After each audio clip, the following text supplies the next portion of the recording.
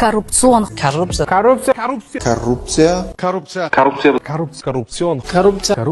Korrupsiya. Korrupsiya. Hozir korrupsiya yo'q. Korrupsiya degani zo'r narsada. Ishingni tez bitiradi, navbatda turmaysan, tanish-bilishlar orqali eshik ochiladi. O'qishga kirishmi? Muammo yo'q. Kattalarga ozgina mo'ljalingdan bersang, masala hal. Ishga kirish, lavozim ko'tarilishi, hattoki tenderda yutish ham pulga bog'liq bo'lsa, hayot oson-ku, to'g'rimi?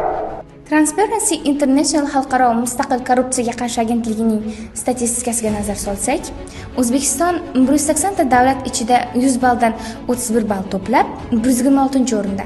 Hattoki katta ehtimol bilan nomini birinchi marotaba eshitayotgan bo'lishingizga qaramay, Afrikada joylashgan Ruanda davlati ham bizdan ko'rsatkichlari 2 barobar ortiq yaxshi bo'lib, hozirda 51 ball bilan 54-o'rinda turibdi.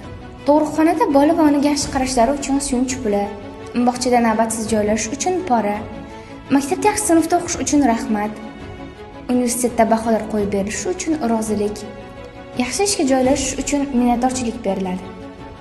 Haqiqatda esa kasal bolaning haqidan yeb qo'yilgan dori puli, yaxshi baho evaziga pora taklif qilgan ustoz ortidan esa savodsiz avlod. Puling bormi, hammasi hal bo'ladi degan tuzum mehnatkashni emas, poraxo'rni tanlaydi. Korrupsiya odamlarning ishonchini o'ldiradi, adolatni yanchadi, kelajakni esa sotadi. Korrupsiya hech qachon foydali bo'lmagan. U vaqtincha yengillikni ta'minlaydi xolos.